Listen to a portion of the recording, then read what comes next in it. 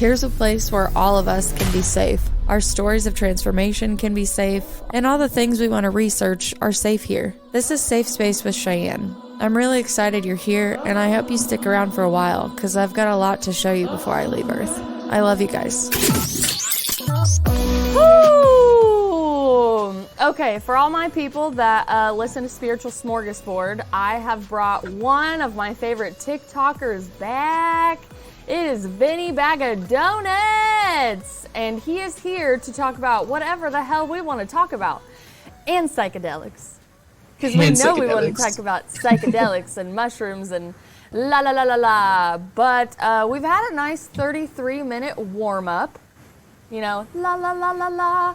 So, yeah, we're just going to talk about whatever the heck we want and figure it out down the road. We've definitely been pinging off. Right now, I was just letting him know about the Vow documentary on, HBO Max? And just the little excerpt I've gave him, he's like, what the fuck is going on here? So I'm sure he'll go do his own research, whatever.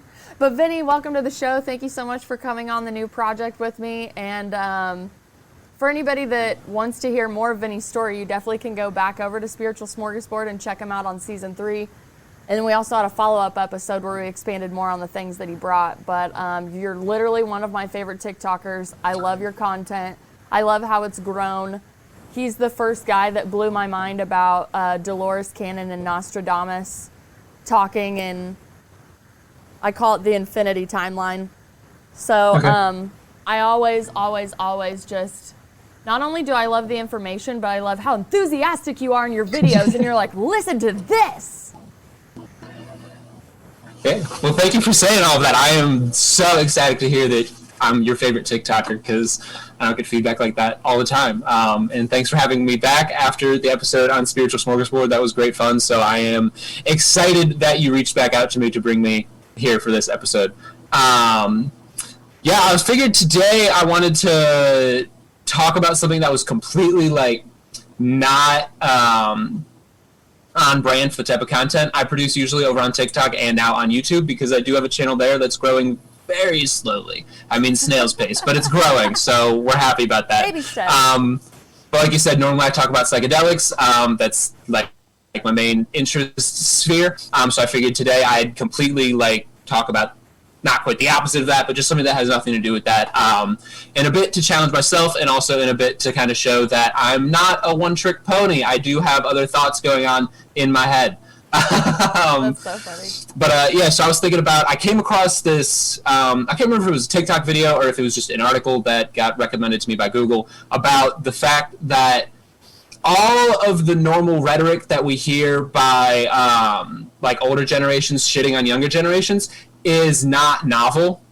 That rhetoric has been around since literally Aristotle in 500 BC, and I mean, as long as we have written word, we've had old people shitting on younger people and using the exact same talking points. I mean, almost verbatim the same talking points. So the first one that I thought I'd bring up is nobody wants to work anymore, because that's really popular right now because we have a massive shortage of employees. Yet when you look at it, I just looked this up yesterday, our unemployment rate as of last month is 3.7%, which is pretty fucking low. So people are working, but it doesn't seem like they're working because all of the restaurants and customer service facing positions seem to be out of work. So what I literally found was a collage of news article clippings that all say the same goddamn thing, right? So 2022, according to a new survey released by Tiny Pulse, 1 in 5 executive leaders agree with the statement, quote, "No one wants to work."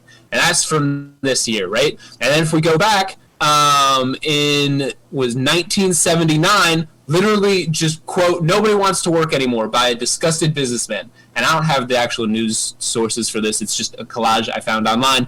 But if we can go back even further, all the way to 1894, it's becoming apparent that nobody wants to work these hard times. So it's always been around that the current working population thinks that the new and upcoming population doesn't want to work anymore. And what I think causes that is that, and you talked about it a little bit in our before the podcast started, how generations evolve so rapidly, and there's like new things happening, like with add to cart culture, right? There's new ways to get products, and there's also new ways to get products out. So you have, and especially with like the pandemic that just happened, you had like this massive shift in how people are conceptualizing working and how they're going about actually doing work.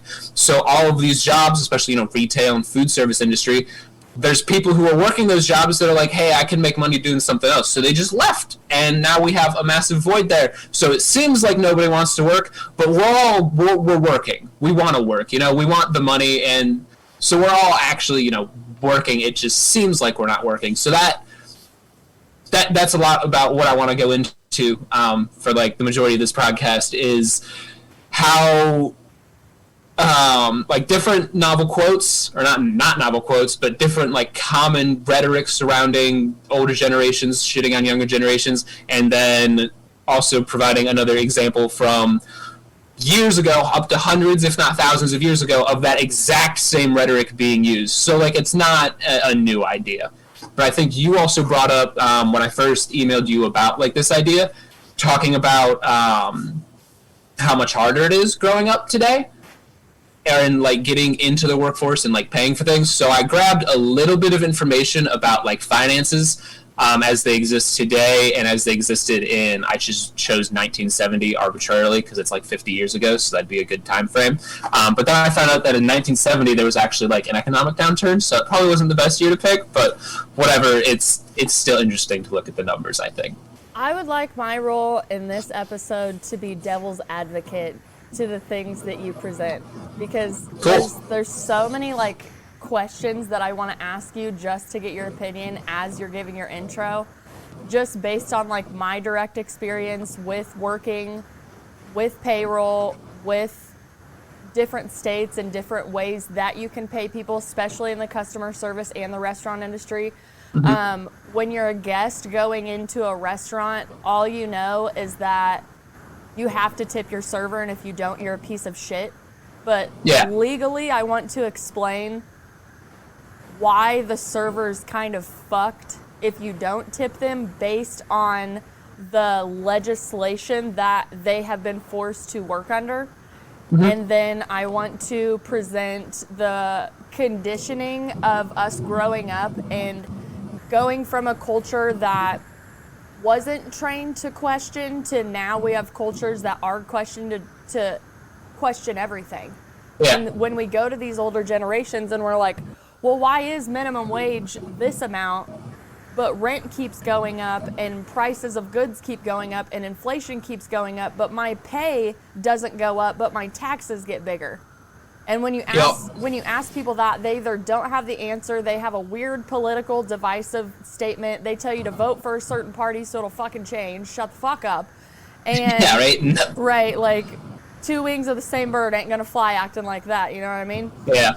And then just kind of like the stonewalling you get from people either not wanting to do the research or honestly being scared of like break the illusion of their own programming, right?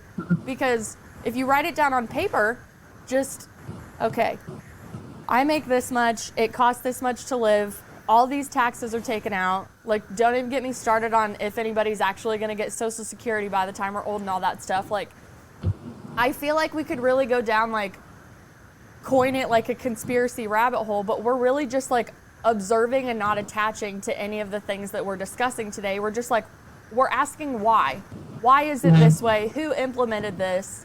And again, like my direct experience, thank God, like I understand a lot of the back office stuff that people don't see when they're walking into these businesses. All they want to see is someone being like, your job's not hard, why don't you want to work? And it's just like, I would like to work, but I actually just found out that my time and my energy are the two biggest currencies.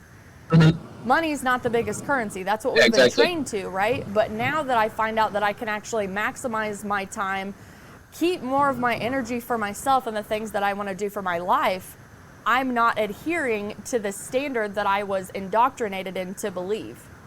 Yeah. And that's really fucking hard to break away from. So that's why I was like, I want to be the devil's advocate, not necessarily towards you, but towards your articles, because this is something that I have always questioned, even when I was deep in my corporate job and I took my salary and I believed in the ladder of get the job, get the 401k, get the retirement plan, get the promotions, because I got all of that shit and my soul was sucked fucking dry and I was dead inside and I was like, this is life? This is not life.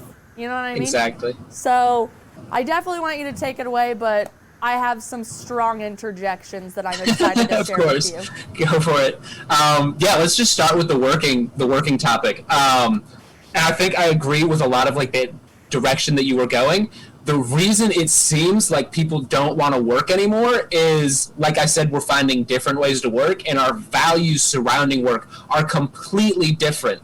You know, the conditioning, especially like growing up, is, you know, you go to work 8 hours a day, you clock in, you do your shit, you clock out, and that's it. And then you add it all up, and that's 8 hours a day, 5 days a week, 52 weeks a year for what? 40, 50 years or whatever. I mean, people aren't even retiring anymore. They're just dying still at work. It's like 75 now. Yeah, exactly. I mean, I got checked out by a cashier this morning who was like in her late 60s. I'm like, how? It makes me like sick to see people still that old, still working. And I know there's like some people that just like continue working because like they want to be doing something, which is fine. But then there are also people who are like still relying on having a job at that age. And I'm like, oh, you know? So I think that there is definitely there's been a massive cultural shift surrounding the way that the up and coming working generation views work. It is no longer, what's the word I want to use here? I want to say necessity, but it's no longer a necessity for, I guess, happiness.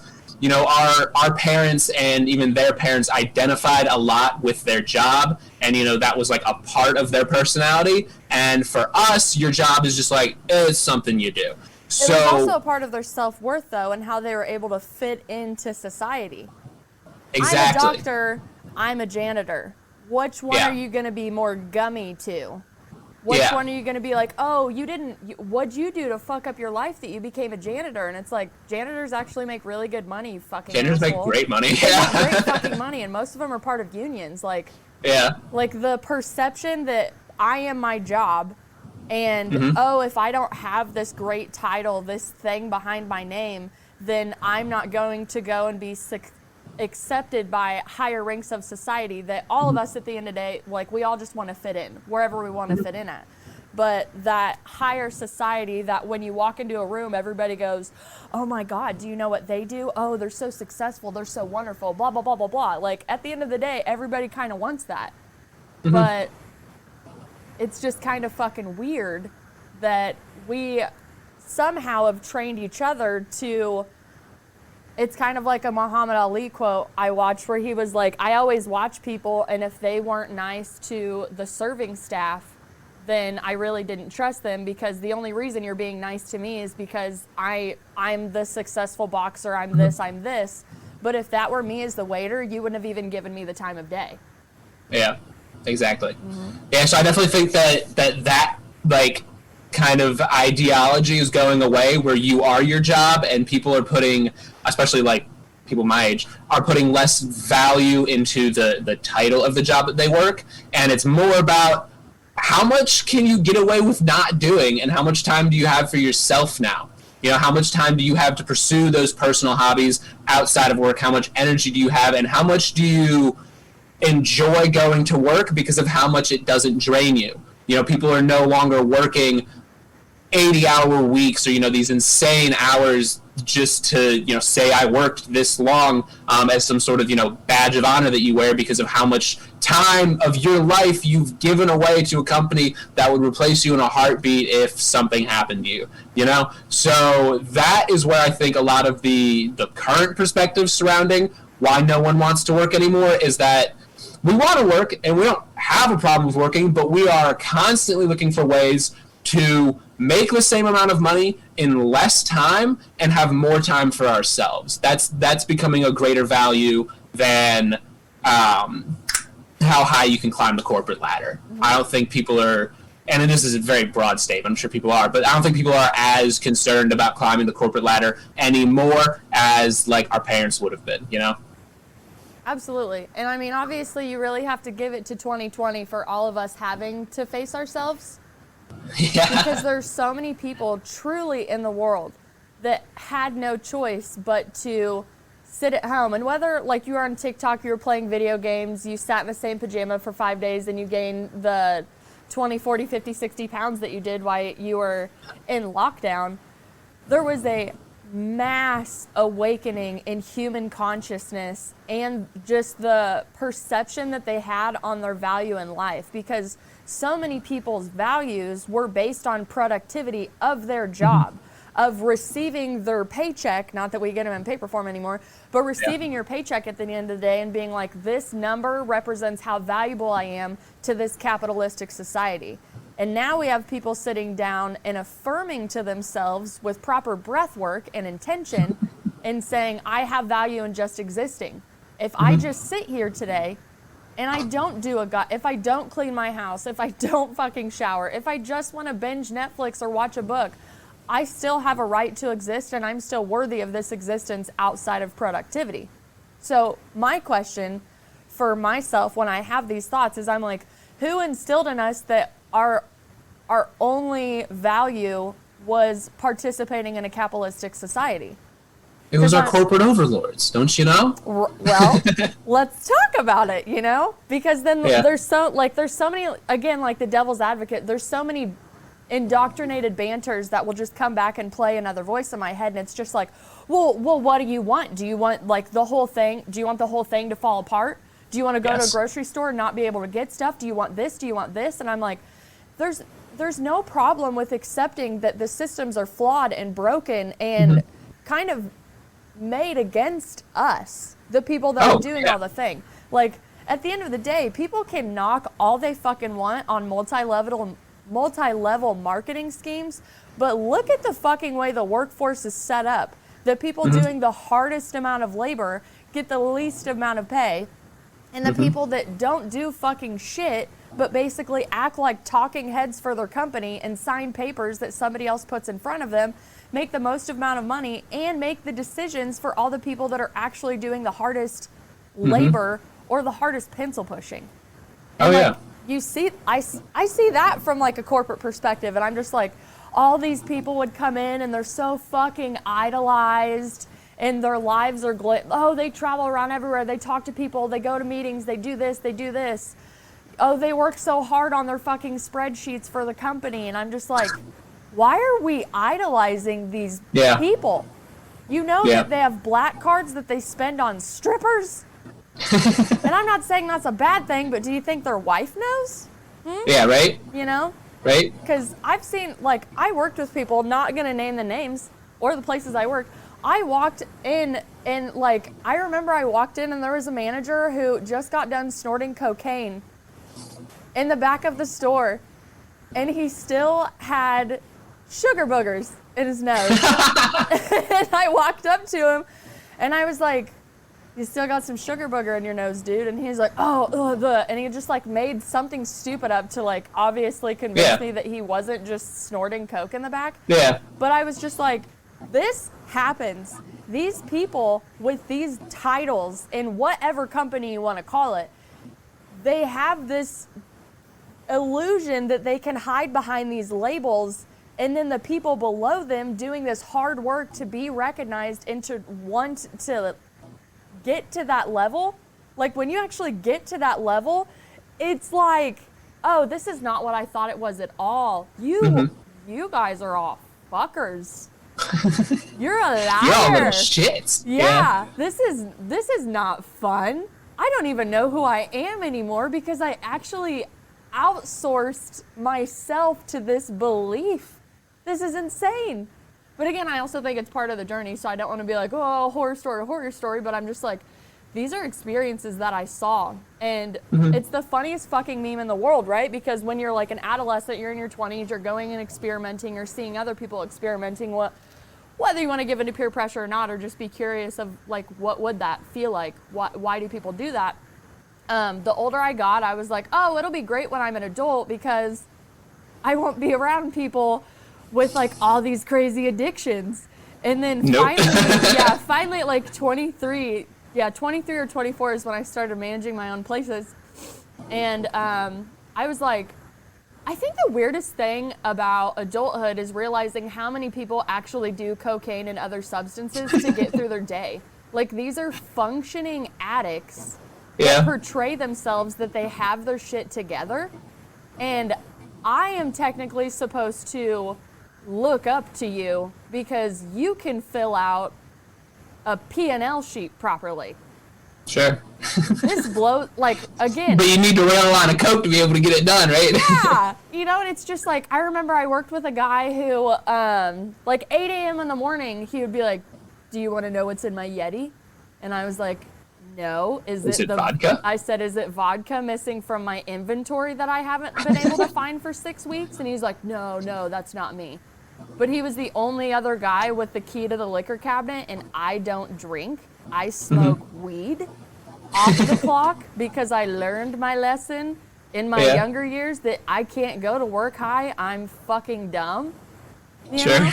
I'm like, I'm not one of those people that can function and do that. Like, I have found a lot of surprises in sobriety that I didn't know I was capable of doing, which obviously I found out was I vibe pretty fucking high, and I understand why I wanted to like come down so I could like fit in and not be like all the time.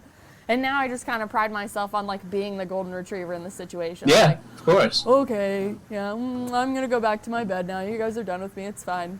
But have you had experiences like that, especially growing up, where you're just like, there's so many people doing fucked up shit that I did not realize this was a part of adulthood. Yeah, I haven't made it high enough in any like capacity at my jobs. Like my, I guess not most recent job, but I was like a manager at like a very small grocery store, and like the only person really above me was the person who owned the store, and he wasn't fucking insane like that. I mean, he was a goofball, but he wasn't like doing a bunch of cocaine and stealing fucking liquor from shit. But yeah, I guess I haven't seen any of that firsthand. I will take your word for it that's happening because it's definitely believable. I mean, I have a bunch of friends that do drugs, not like cocaine, but like just drugs casually, and like go to work high and shit and are completely normal functioning, but they're not like really high ups. They're like, you know, just people like me who are, you know, kind of bottom level. I think everybody has their vices, right? Like my newest vice is this sweet little pin. Same exact thing, different flavor. Yeah. I'm like 2 months into this, and I'm already realizing the neuroplasticity that's coming up in my brain, and how much like I thoroughly enjoy it. But this is the last vice next to French fries that I have. And that's good. That's pretty good for me. Like, yeah, that's really good. I pat myself on the back. I'm like, oh man, okay, I'm not gonna buy another one. And then I'm like, I really like this thing. I'm not gonna keep it forever. I know that that's not the trick, but everybody has their vices, so I don't want anyone to be like, oh, you guys are super judgmental and like standing on a moral high ground. No, this is an observe, don't attach conversation. Sure. And yeah, if you're maybe not even a functioning addict, but I worked with a girl, she was so happy all the time, and I was like, I would just love to attain the happiness that she has when she comes to work. I later found out that she popped ecstasy every day before work. Hell yeah, oh my god. Like, oh, well That makes sense. That makes sense. Like, if I popped ecstasy every day, I would be petting the fucking walls. Like, the snozberries taste like snozberries. So, apparently, like, not a good example to follow, right? But yeah. I'm always interested in when I meet people. I'm like, what gets you out of bed? Is it coffee?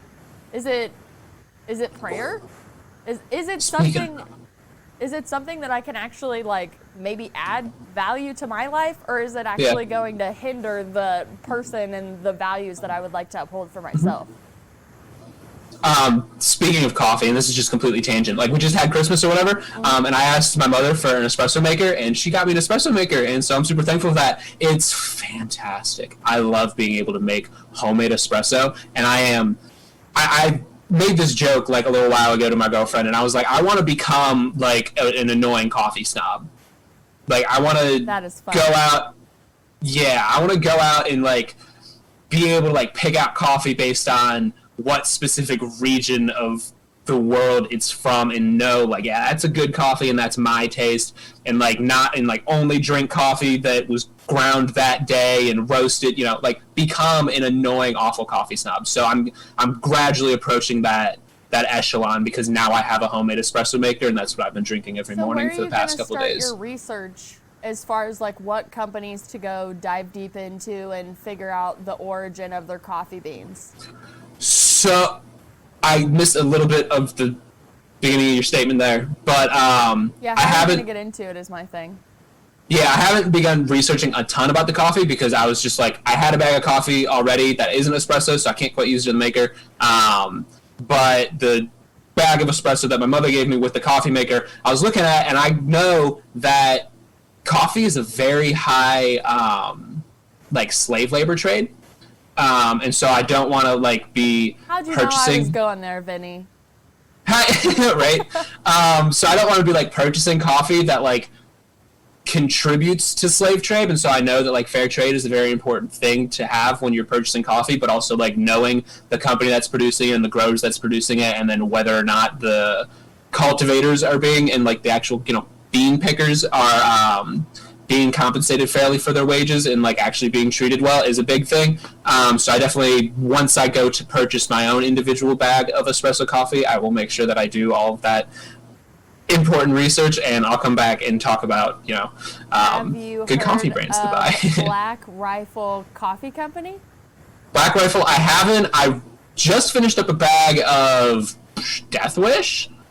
That stuff was pretty good. I've never heard Death of Wish. It's supposed to have like the highest caffeine content of any coffee, although caffeine in coffee doesn't affect me as much as I feel like it should. Because I had a whole cup of espresso this morning, and I could probably have another right now, and I wouldn't be like jittery. Because I am also, I guess, just kind of naturally energetic. Mm-hmm. So I just like coffee. I mean, the flavor of it. I drink. Recently, I've been drinking it just straight black, but yes, now I just drink it for like the flavor of it, I guess. That's good though. So Black Rifle, I'll speak from when I don't know what it's evolved to. It's pretty huge now.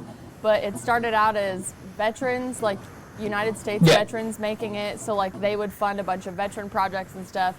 My favorite story about it, like my brother's the influence of our family. Like he'll bring a product and he'll be like, hey, try this works for me. And then before you know it, everybody in our family is ordering it. So my mom was buying so much Black Rifle coffee. She was buying the t-shirts, the mugs, everything. And I took my husband now, my boyfriend at the time, back home to meet my family for the first time. And I was like, okay, family, like, be normal. He hasn't proposed yet, right? And we walk out of my bedroom. It's probably the second interaction my boyfriend's had with my mom. We walk out, and my mom's kneading dough on the counter. She's making homemade bread. And she's like, hi, guys, good morning. Do you want some coffee? And he's like, oh, yeah, I'd love a cup. And she goes, okay, well, I'm out of my regular coffee, but I have better than a blowjob in the coffee maker. So if you want some of that, it's from Black Rifle Coffee. And she goes, but be careful, it's got quite a punch. And, like, she doesn't skip a fucking beat. And oh like, like, right when we wake up, I was like, Mom, come on. Like, God, because, like, we're very open dialogue family. We'll talk about anything. Sure. But this company did such a good job at naming their coffee flavors, just funny fucking shit that you can talk about. So better than a blowjob was like my mom would wake up and she'd just be giggling making her coffee because it was like such a funny, vulgar thing. And they have so many things, but they have levels of like how jacked do you want to be with your coffee? Because there's like regular stuff where you're like, I'm not gonna shake, and then there's other stuff where it's like, I'm a fucking rocket and I'm about to take off. Oh my God. We usually still get gifted it. I know that we just got some for Christmas, and it's a staple in most of the gifts that we get. Like my mom just enjoys finding like funny products like that and being like, I hope you enjoy your blowjob coffee. Love you guys. That's fantastic. So oh my God. If you're looking for a company, I mean, I can't speak on any of the sources or anything, but I can say that they do take a high percentage and actually give back to communities, which those are the products. If it's a small business that's giving back to their own community, or if it's a bigger business giving back to, you know, the world, those are the people that I start to look to support now and switch out a lot of the corporations that I had been giving my money to. Okay, so I think that's another generational difference that's happened as of recently. We give a shit what the companies are doing that we're purchasing from. Beforehand, it was, you know, whoever's the biggest company that makes the best ad, and now it's like we're actually looking into who's running the company, what's happening with the company behind the scenes, and whether or not we're going to give this company our money because of how they're treating their employees. Like, literally this year, I think was it Kraft Foods, or was it, I don't think it was Kellogg's, but they took all of the little labels off of their box. It was Pop-Tarts. Whoever makes Pop-Tarts, I think that might be Kellogg's. They took the label off of the box because there was this big fucking thing about how shittily they were treating their employees, and so now you wouldn't recognize what is a Kellogg's brand, so you'd continue to support Kellogg's without even knowing it, because like they had to adjust every single product that they sold and how it was being displayed on the shelves because of how conscious consumers are today about who they're supporting. So I stopped purchasing like Pop-Tarts, and even Cheez-Its was a big one that I was upset about, because Cheez-Its was, I can't remember if it was Kellogg's or if it was like a subsidiary or whatever the fuck, but Cheez-Its was also in there, and I was upset about that because I love Cheez-Its, but I haven't had them since, and it makes me sad. Have you ever tried big Cheez-Its? They're like this big. Like the extra big ones? Yeah, they're fantastic. So I obsessed with those, grew up on them. Like, I used to send boxes of them, like, or I shouldn't say my mom sent care packages when my brother and sister were in Iraq of big Cheez-Its, like big fucking supporter my whole life. Oh my God. Yeah. I started getting into researching the chemicals on the back of my labels, doing my own research to figure out what carcinogens and synthetic chemicals that my body was refusing to break down were in. And one of the last things that I started researching was the chemicals in my big Cheez-Its. And when you go to clean eating and eating like really fucking good greens, good fruits, cutting out all the processed, your taste buds start changing because there's so much bullshit in it that it actually suppresses your taste buds, where you have to have more seasonings on top. So I was salting the fuck out of everything because I couldn't taste it. So in about a 6-week period, my taste buds were like overchanging. I was getting good, and then I would still have random cravings for like all the fun, shitty food I like to eat. Yeah. And we put Cheez-Its in the freezer because they were fucking delicious. It's something my husband taught me. And I put a Cheez-It in my mouth one day, and it literally tasted like chemicals to me. The crispy, wonderful, cheesy, salty, delicious taste that I used to fucking thrive on for basically a dopamine hit.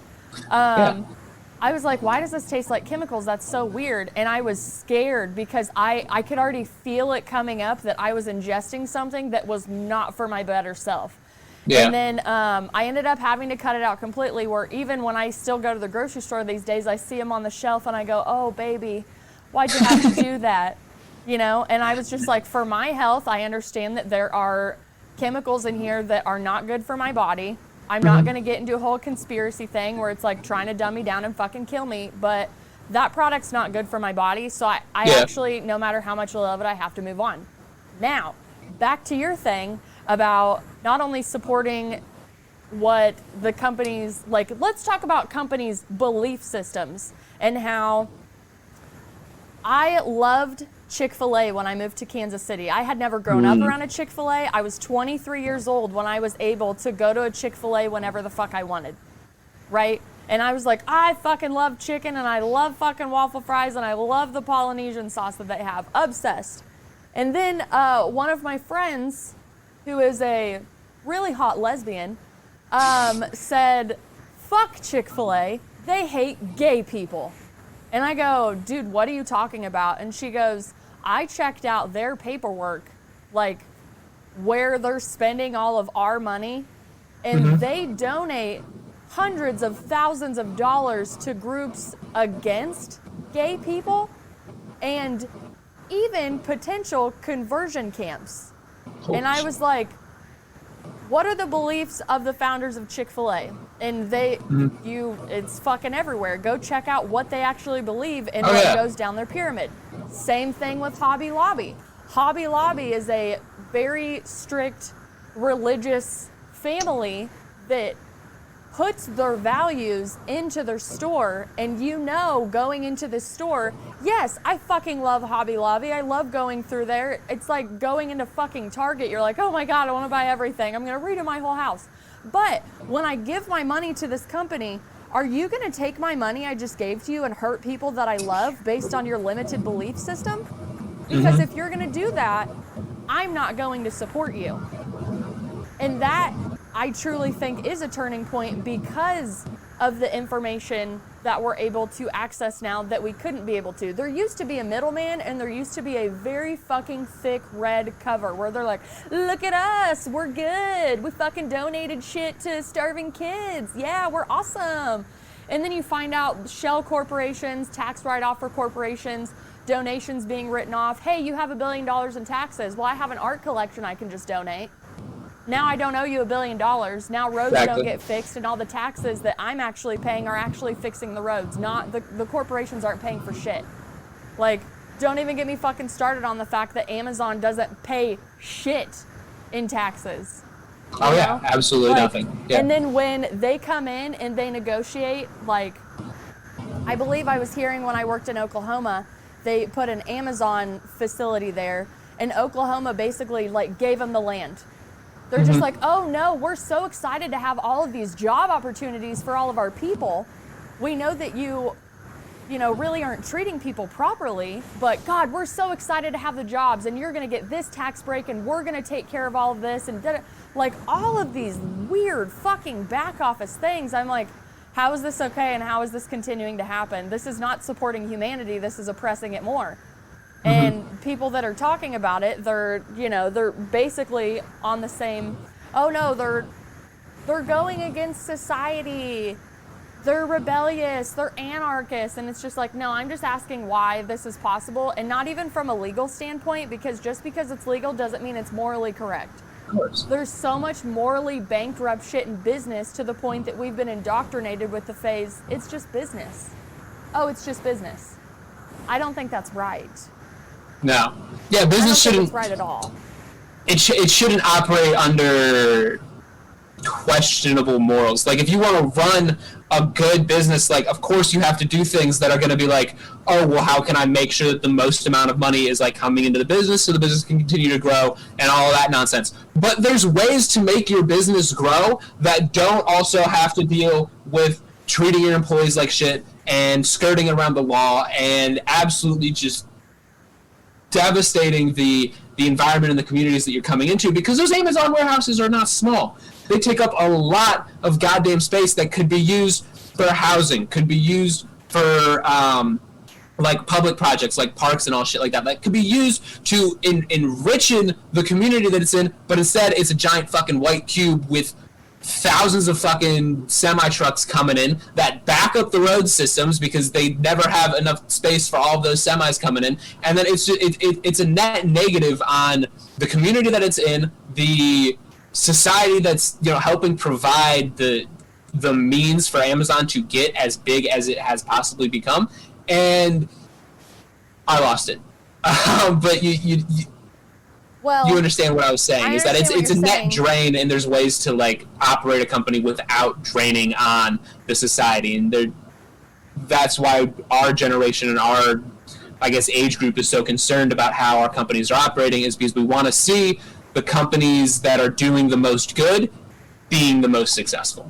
But I would also, so I think that people are wondering where the fuck this is going, since we're acting like this, and it's ramping up more and more and more. It's like, if we're acting like this and we're having all of these issues already, what the fuck does the world look like 50, 100, 200 years from now, long after we're gone, right? Oh yeah. Like, what's the world looking like if we're treating it this way, and these corporations, these businesses are getting away with this? I read an article the other day that there have been so many groups reaching out to Amazon about doing something about their packaging, because the packaging I believe they said the amount of waste that Amazon has accumulated in just their packaging weighs as much as the Eiffel Tower.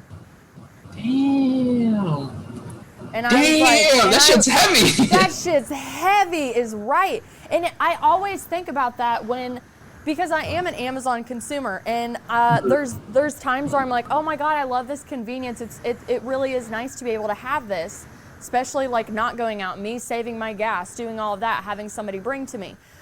But why? I just ordered body wash. Why did you send it to me in a TV box? Why is there so much cardboard? Why is there all of this packaging? And now it's put on the consumer to be like, well, you just need to go recycle it. Fuck you, dude. You should watch Adam Runs Everything episode on what recycling actually is. Go watch Adam Runs Everything about every fucking thing he talks about. Adam Runs Everything, yeah. But the fact that they put these decisions on the consumer when they're the one that started the ripple effect, cult mentality to me.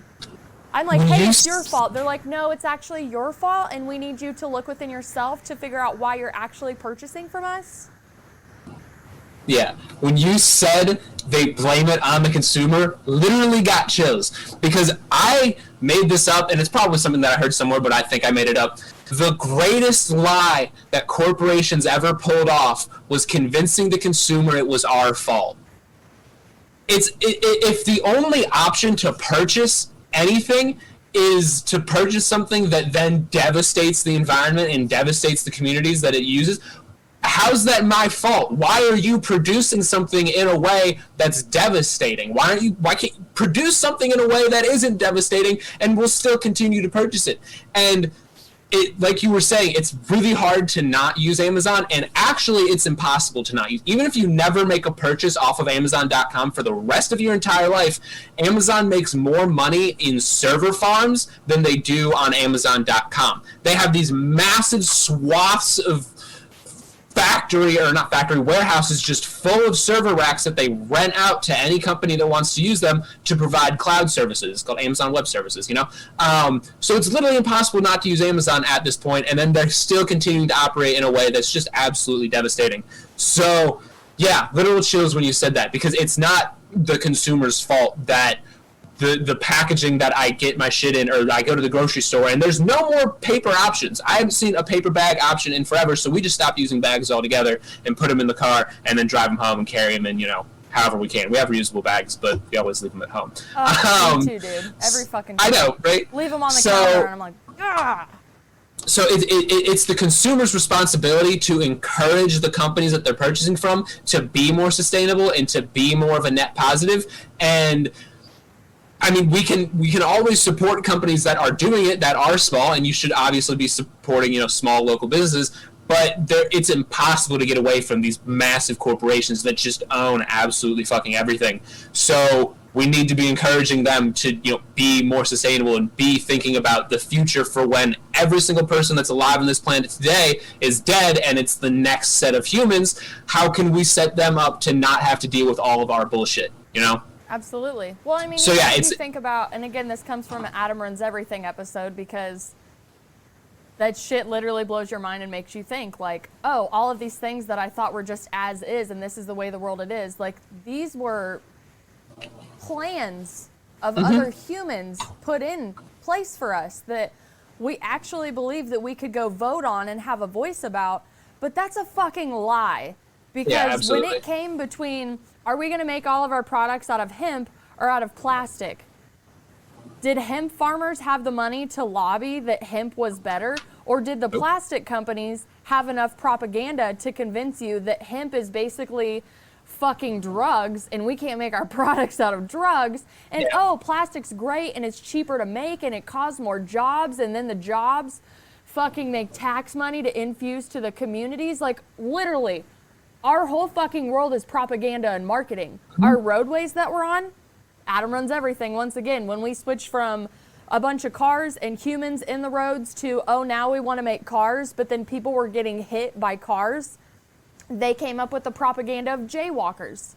and they put it back on the person walking in the roadway, and they're like, roads are for cars, not for horse and buggies, and not for people.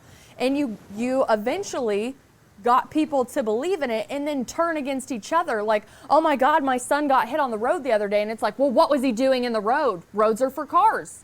And it's just like, no, that's propaganda. Recycling companies. My favorite thing that I found out was big corporations bought recycling companies, put the recycling bin up there, and then they convince the consumer that you can purchase as much plastic as you want because it's okay. You'll recycle it and we'll go make a fucking hairbrush and sell it back to you. More expensive because now it's recycled and it's a fucking selling point. But when you look at what is actually recyclable and what is actually not, like for instance, if I put all of my cardboard in my recycling bin and then I order a pizza and then I put the pizza box in all of the accepted cardboard, the grease on the pizza box has actually contaminated the whole trash can of cardboard. In my mind as the consumer, I've done a good job. I've separated my waste from what we can reuse. Both of those trash cans go to the facility, whether they're owned from the same company, whether they're set at a different address, and there is a huge percentage of recyclables that actually just still go into landfills, but we don't see that part, and we are convinced in our own illusion and the propaganda that is sold to us that I'm doing a good job. It's okay if I just recycle my plastic bottles. Okay, BPA is fucking cancerous, so now I'll make sure it's not BPA free. Like all of the new information that we learn where we're like, oh, we didn't know you guys were putting this in our stuff. They're like, oh, okay. And then they go back with a PR team and they go, let's make sure we put no high fructose corn syrup on it. Let's make sure we put no BPA. Let's make sure we put all of these things. And you flip your label around and now you have words like natural flavors and fragrance, which if you check the lobbying on it and you see legally what chemicals they do not have to disclose to you in the word fragrance or the word natural flavors, you will throw all of your fucking products away. I got fucking duped last night. I'm so glad I brought this up. I found these popsicles and like I really wanted to eat like just straight up like frozen fruit popsicles, shit that wasn't fucking bad for me, right? And I was like, I'm pretty sure like I found a good company to do this. I put the popsicle in my mouth and I immediately went, this is fucking bullshit. Threw the popsicle, grabbed the box out of the back, and as I read the back, I saw a synthetic version of high fructose corn syrup. I found some, like 2 different versions of gum, Guma gum, gamma, some fucking gum, which is fucking awful. It will get stuck in your gut and cause horrible inflammation. And the added sugar that they didn't have to disclose under natural flavors was 19 grams of added sugar to this supposed marketed no high fructose corn syrup, 80 calories, all natural fruit, all natural flavors. Tropicana orange juice. The concentrate for Tropicana orange juice is made in the same fucking facility that perfume fragrances are made in. It's made out of the same chemical basis. They're the same synthetic components in perfume that we're being sold is 100% oranges. But cut a fucking orange open, make your own orange juice, and see how fast the oxidation rate in 100% orange juice actually lasts in your fridge. Not fucking enough. This is where preservatives come in. This is where sealants come in. There are a lot of ways that we can actually preserve food that we make, but we are actually going to have to give up the instant gratification in the products that we have convinced ourselves are still healthy for us. And I used to have eczema. My daughter was born with a precursor to eczema. The baby food, the baby juices, processed foods were inflaming her just from the age of 1 to 3. And I was like, I have to figure this out. I have to stop this. I don't want her going through the same fucking ugly duckling scenario that I went through my whole life, because I could never figure out why my body was fucking working against me, which eczema is more of a gut intake, right? So we're talking about serotonin levels connected to your mood. We're talking about just 100% gut health. So I started juicing my own stuff at home. I started doing a lot of clean eating. And then I realized in a weird way, as poisonous as the world is, that as much as I wanted my kid to be as healthy as she possibly could, if I raise her this way up until the age of 18, I still felt like she was going to be like, well, what's that like out there? Like, I know my mom has trained me that like all that's kind of like poison and it's not good for your body. Like, my body is my temple type stuff. But wouldn't I be doing her a disservice with not treating her like a hybrid? Like, I had to figure it out in the world. Because I grew up on ramen noodles. I'm still alive. Yeah, right. I can't believe that I'm as healthy as I am with ingesting that much plastic and sodium levels. So I don't raise her as like, oh, you're a vegan, you're a vegetarian, we don't do this, we don't do this. We educate ourselves as much as possible. We understand that we are out of control of a lot of the things that are in our food, but there are companies out there that are doing it correctly, but those price points are higher. So now it's a privilege to be able to be fed food that doesn't have poison in it or as much. And you gotta ask yourself again, why? Why is there a health food aisle in a grocery store? Right? When did it become I saw this the other day, when did it become a selling point that food has all natural ingredients? When did it become a selling point that cancer-causing agents are not sprayed on my food? Yeah, exactly, yeah. When the fuck did that happen to where the food that I'm eating, it's now more expensive and an actual selling point that it's not going to kill me? At what point in time did that actually start fucking happening? I have no idea when. All the GMO stuff, right? You have the non-GMO project ramping up all of their products and educating people on the science of what GMOs actually do to bodies, which according to their research, it actually pokes holes in human cells. When I heard that, I was like, the fuck? Now I gotta go through my cabinets again. I have to God damn it. Yeah, damn it. I thought I was doing so good. I have to go through, I have to identify the 8 GMO seeds that they have sold to these companies and sold to these farmers to use. And then I have to go and find out the ones that aren't GMO, that I'm actually able to feel comfortable enough, and then I have to ingest it, I have to experience it, and I have to see if anything happens negatively to my body. Because inflammation can be caused by so many things in your environment. It's just not about the food that you ingest. It could be fucking shit in the air. It could dirt on the ground. Like, it's not just the food you ingest, but it's like, if you want a strict awareness on taking care of your body, you will go down the worst rabbit holes of your life and feel so fucking betrayed from these companies that have commercials on fucking TV where it's like, hey, make Campbell's soup for your kids. La la la. And it's just like, okay, well, what's in Campbell's soup? Why did Roundup kill all the dandelions and then sell synthetic heart medication? Why? Why? Why? Why is this happening? What is going on here? And why is it happening to everybody? And most people, like, they're fine. They don't need their illusions broke. It's a little too much for them. They didn't come here for that. That's okay. That's okay. Like, not everybody needs to wake up. If you're fine where you are, that's fine. But for me, I can't fucking stand not knowing why these systems are put in place this way. I don't understand it. It looks like a suppression of human consciousness to me when you look at the way that it affects our brains, that it affects our body, and we get sick and we go to the doctor that looks like the medical mafia. I do not feel healed. I do not feel comforted. I feel like I'm a part of a system. There is no profitability in healing in this system, but there is total profitability in me coming back and still being sick or trying to figure out why I can't be healthy based on this and this and this and this and this and this. Which, I mean, I could seriously just go on for days about it, but I'm like, why? Yeah, I don't have answers. I don't have any answers for any of that. I mean, you can say, simply put, follow the money, but I mean, you'd think if it were that simple, it's more expensive and now more profitable to do things the healthy way. So why isn't that?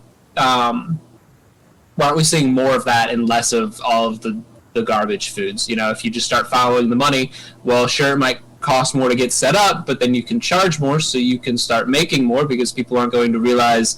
I mean, I find it hard to believe that it really costs that much more to produce healthy food than it does to produce shitty food. I mean, I understand the reason that food went so shitty is because you can just throw in a lot of really cheap components and then make a hell of a lot of volume of it, but I find it hard to believe that we can't get just genuinely good food for relatively the same price point. I think that's a lie that we've been sold on, because, like you said, it's now a privilege to eat healthy, and not everyone even has the option to purchase the food that, you know, is healthy. I mean, there's some places, especially in like the United States, where your only food options are McDonald's, Burger King, and then your only grocery store is Walmart. You know, so that absolutely sucks, and we need to, you know, spread out the, I guess, health food movement, but we need to spread the knowledge along with it. Mm-hmm. There needs to be, I mean, I think it should get added to schools. There should be, like, my school had, like, barely a health food program where they, like, talked about nutrition. They're like, yeah, I'll fucking get your grains and your meats and everything. But they didn't go into detail about pyramid? Being conscious. You remember the food pyramid? Yeah, the fucking food pyramid. Yeah, exactly. That was made by the corporations that made the food, right? That wasn't made by, like, a bunch of people that were here for our betterment. It was made from, they're like, hey, tell them to drink more milk. Put it up here. Yeah, you need this, you need this, you need this. I mean, that was Bible growing up, right? Yeah, exactly. Yeah, the pyramid. Oh, here's what I need to link to. Yeah, and again, like, I'm just asking why. Mm-hmm. Why? Sure. So I have a story about Walmart that I actually read an article on like several years ago, and I don't know if they're still doing this, but so this woman's husband was a door greeter at Walmart back in the like 2000s. They didn't have life insurance policies. He died. She obviously had to figure her life out, and she found out after her husband died that Walmart had actually taken a life insurance policy out on her husband and collected however much money. Mm-hmm. So she went after the company and was like, one, why did you take a life insurance policy out on my husband? Where is this an employee agreement and a sign up or anything? And apparently, when these people signed up for employment with Walmart, they were participating in activating a life insurance policy on them. So if you were an employee of Walmart and you died while you were still employed by them, they were able to cash out a life insurance policy on you. What kind of fucking dystopian hell shit is that? Oh my God, Walmart literally making money off of working their employees to death. Of like the really nice, like humble grandma and grandpa waving you into Walmart, and you're like, oh, hi. Oh, that's so great. You want to come do this? You're like, good for you. But then this article comes out about this woman suing Walmart. Yeah. And I was like, I had a friend that worked there, and I was like, does Walmart have a life insurance policy on you in your employment agreement? And she's like, what? And I was like, I'm literally just asking why. I'm not condemning. I'm not convicting. I'm not. Yeah. I just want to know. I don't remember the end of the conversation. I don't know if she actually went in and found one. I don't know if they even convinced people that it was for their betterment.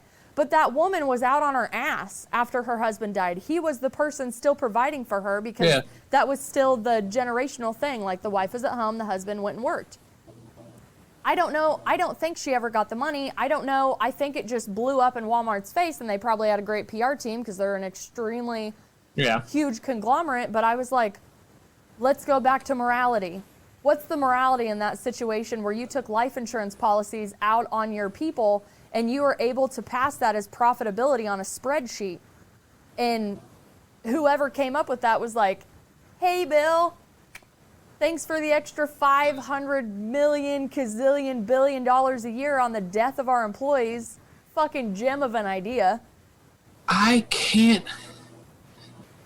would have loved to have been a fly on the wall in that board meeting. And here's the thing. I think we, as the lowly, kind of butts of the system, conceptualize the decision-making process of those execs and of those board meetings to be a lot more sinister and like, how can we fuck over our employees as much as possible?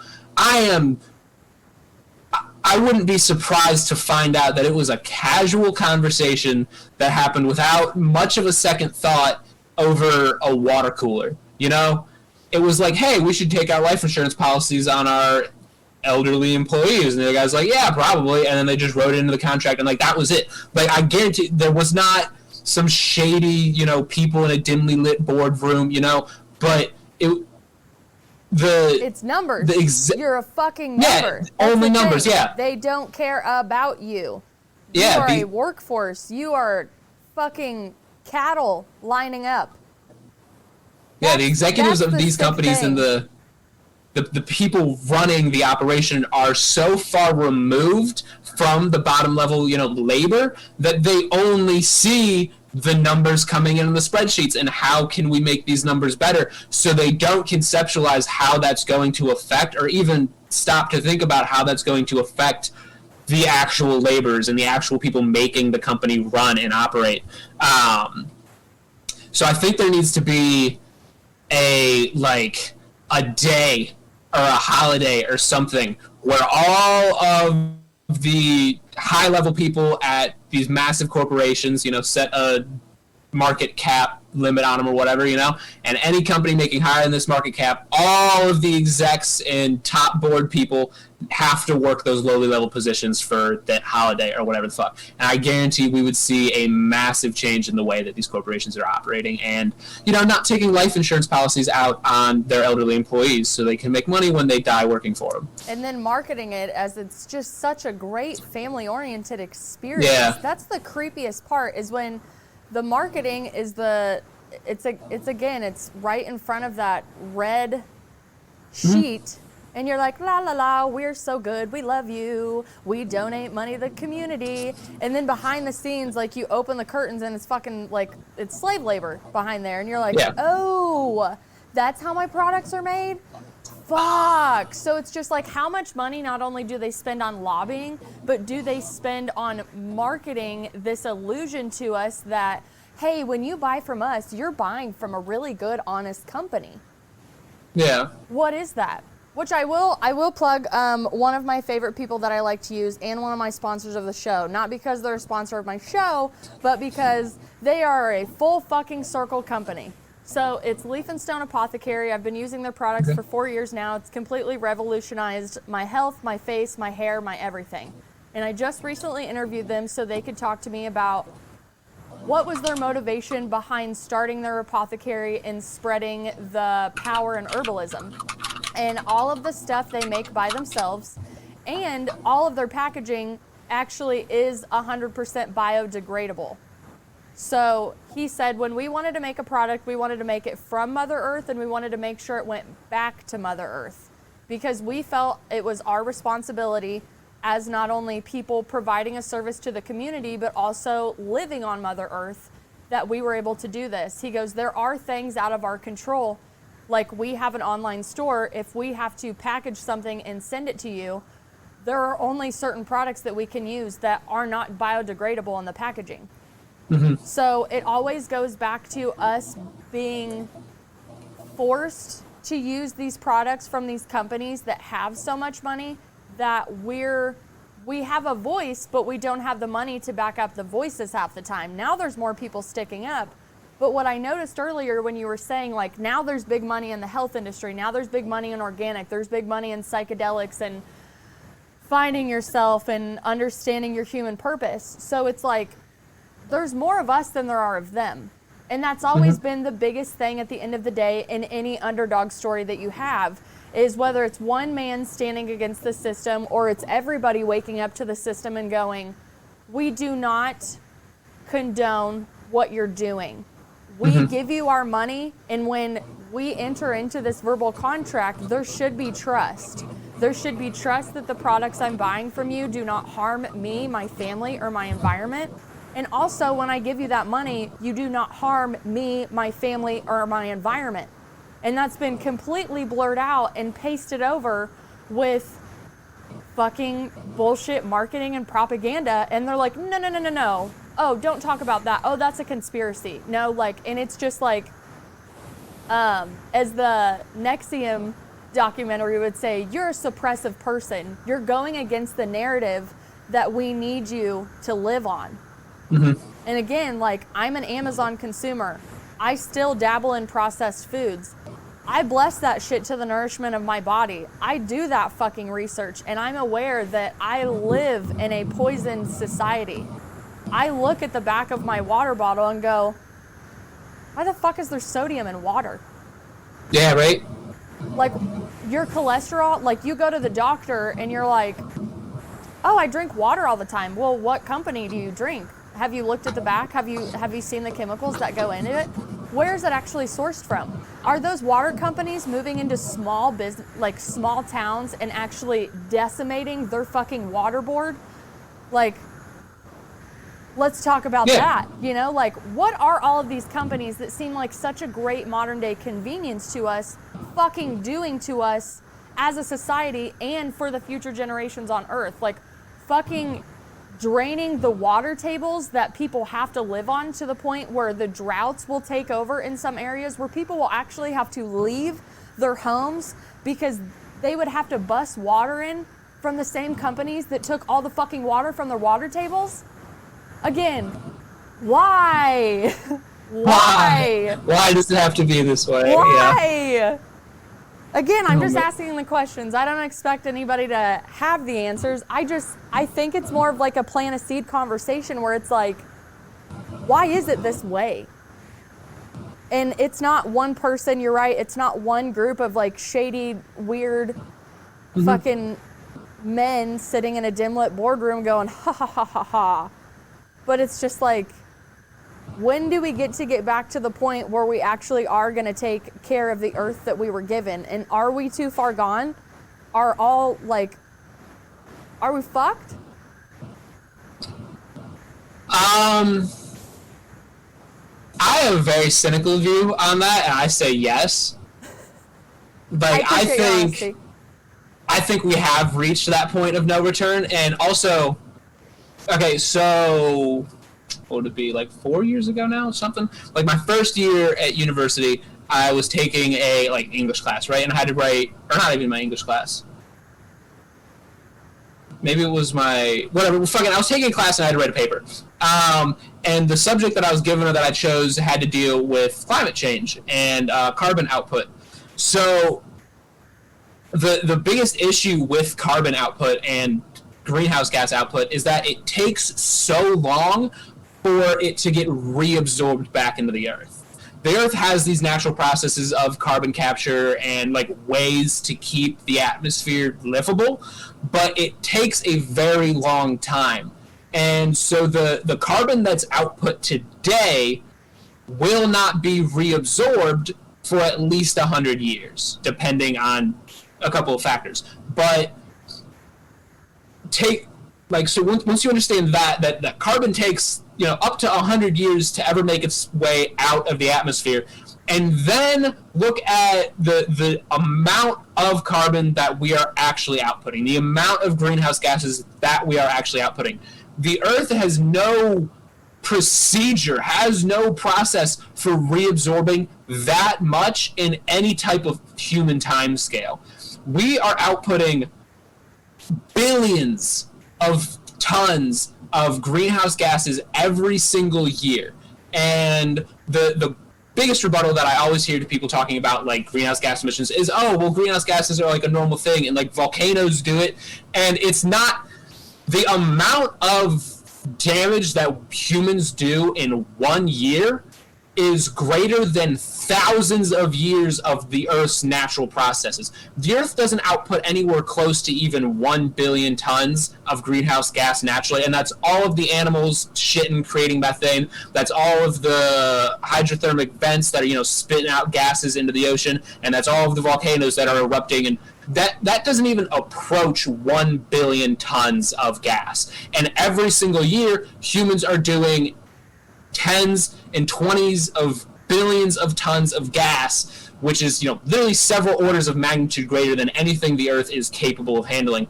So it is going to be, I mean, if we went carbon neutral tomorrow morning, or actually, what time is it right now? It's noon. By 5 o'clock p.m., if the entire world went carbon neutral, the damage that we cause today would still be affecting us for thousands of years. So that's why I say we are kind of beyond the point of being fucked, and the very best case scenario is that we can create systems that are going to allow us to survive when we do start seeing the effects, the really bad effects, because we're starting to see them now. We're having massive droughts, massive wildfires, hurricanes are getting more severe every single year. You're having people being moved out of areas because of flooding, because of the glaciers melting, and that's only going to get worse. That's not going to stop tomorrow if we stop outputting greenhouse gases.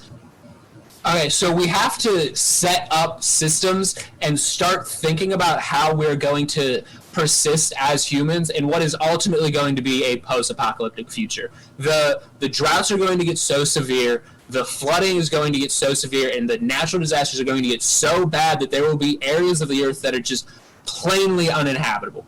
And, I mean, you watched the movie Don't Look Up, right? Oh my God.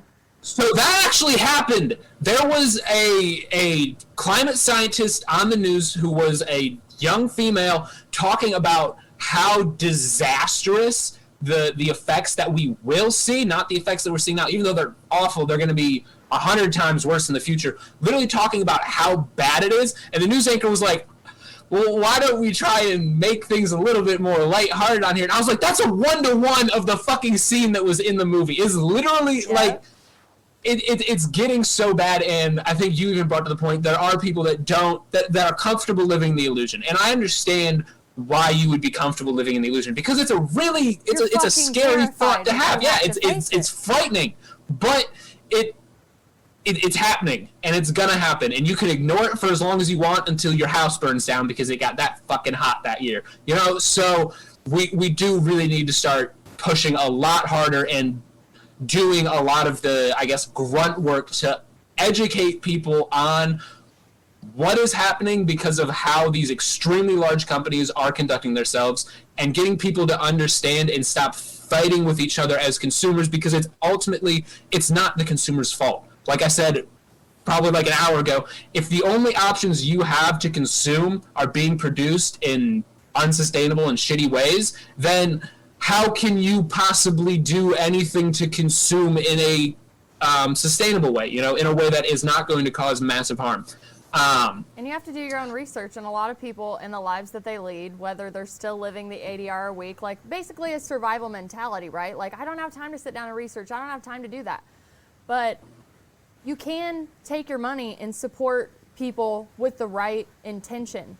It's going to take time. You're not going to build Rome in a day. It took me, and is still taking me, I'm on year 4 of flipping my cabinets, researching what I buy, and the chemicals that I'm still using. And then I go back to my family, and I'm like, don't buy this for me. Don't do this. Yeah. Like, please don't buy me this, especially like when Christmas comes into play. I'm like, I actually don't use any of this anymore. I found a bunch of stuff in it that doesn't align with my personal values. Yeah. And I think people applying their personal values to what they consume is definitely a big part of the awakening that we're seeing in all of consciousness across the board. Back to greenhouse gases, though, really quick, because I want to plug another Adam Runs Everything episode.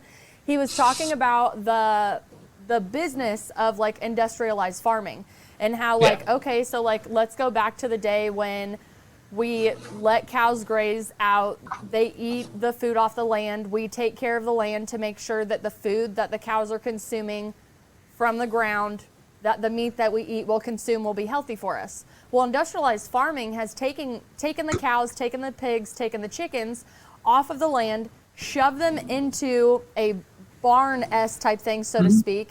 They have made GMO-produced corn, wheat, and other foods.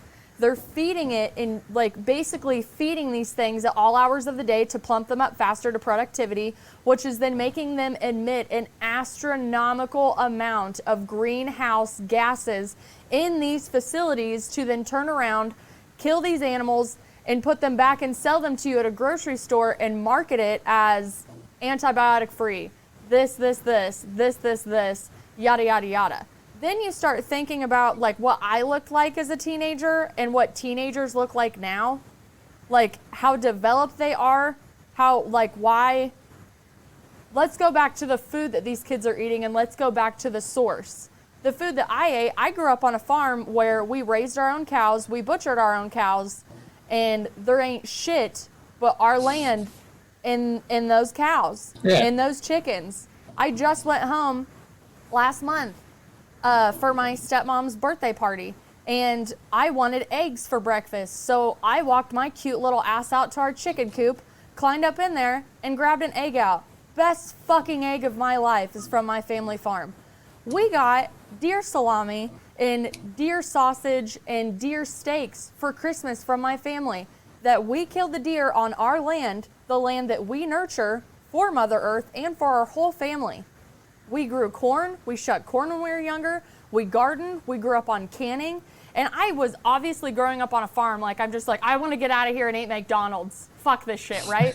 But now that I'm older and I realize the absolute value of self-sustainability that my family not only has been doing for generations, but I'm actually able to go home and access this, I love my family for what they taught us and showed us. Like, our chores were going and picking blackberries before we could go play in the crick.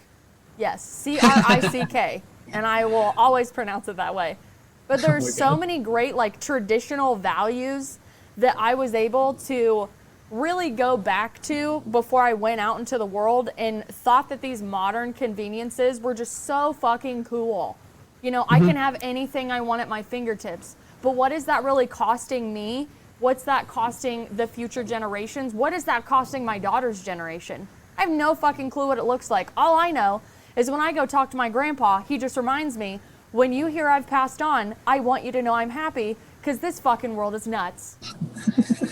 Okay? That's fantastic. He's like, I don't fit in anymore and I don't understand it. He goes, and every generation has their time, right? He goes, this isn't necessarily the worst time. This is the worst time because we're living in it. He goes, I've been through so much stuff with how old I've been. He goes, every generation has their crisis.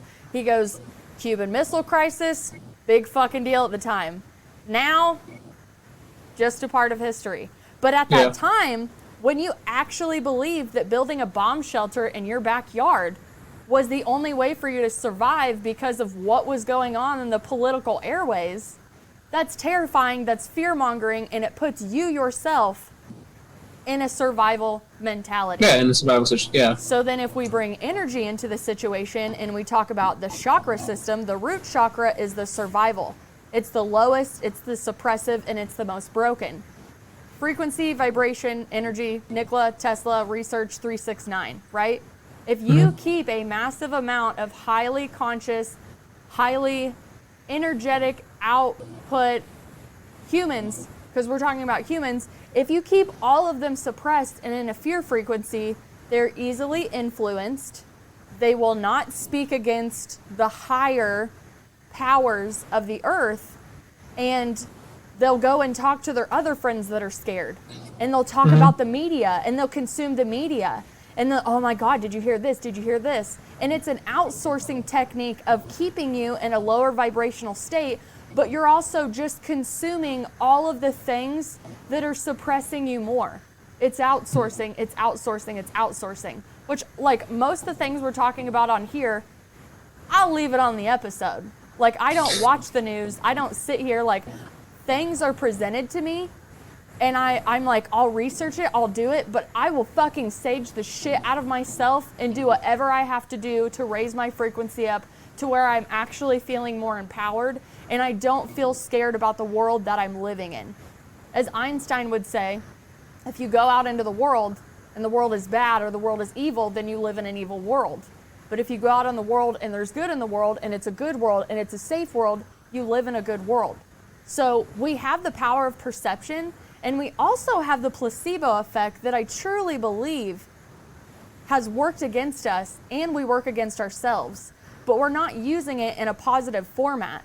Positive formats are reaffirming and affirming that we individually can do good, but the innate loneliness that connects all of us as humans is if you stand up too loud, if you stand up too broad, and you believe too much against the systems that are in front of you, you might be standing alone, and you don't want that, right?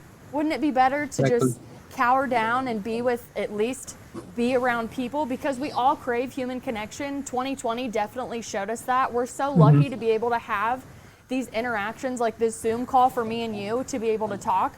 But everybody missed human connections. And when we were actually able to go out into the world, we were told that we should fear each other. We should stay 6 feet.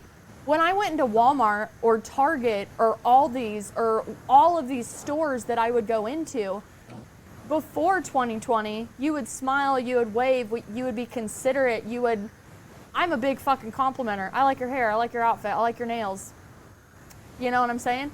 Yeah. Going back in, even after the mask mandates had went away, people wouldn't make eye contact. If you sneezed, people turn around like you were on The Voice. You know? Yeah. I sneezed in a movie theater the other day, and I could feel the guy next to me feel like I was just a vile fucking creature for sneezing. For something that my body naturally does and has always done. But now he is convinced that anything that sneezes out of my body, he will now be affected. He does not believe in his immunity. He does not believe in the antibodies. He does not believe in white blood cells and medicine or anything. I felt like this guy was completely convinced that this bitch is nasty. She's sneezing. How dare her? That happened to me today, actually. I was walking into the grocery store, and right before I walked through the front door, I could feel it coming on, and so as I'm crossing the threshold, I sneezed into my elbow, and I'm like, oh, I am an absolute menace to everyone in here right now. And I walked in, right behind someone who had a mask on because she was, a little bit older, and I was like, oh, I just ruined your day if you heard that. But isn't it crazy that that's another twitch that I've seen? I was just like, I enjoyed not having to talk to people. I enjoyed a part of the mask because it gave me a reason not to connect on days that I didn't feel like connecting. But then there would be days where I really wanted to connect, like I was vibrating higher, so to speak.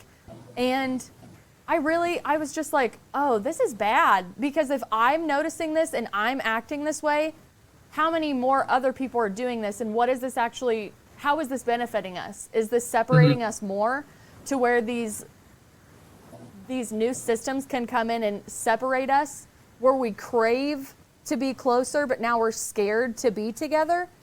Because I do believe in my body, but I also believe that we're far past grabbing things from nature and putting them in our body where our body's able to break them down.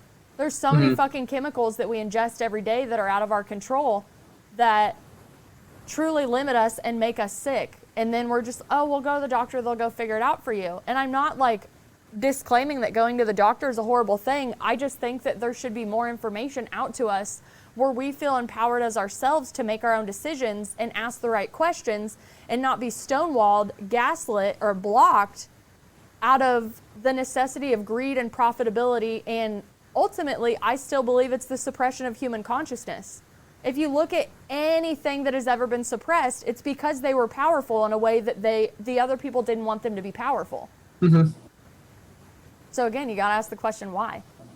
But for those people that have a hard time breaking their illusions and are terrified, there's products out there for you. There are things that Mother Earth has created, and they are called mushrooms.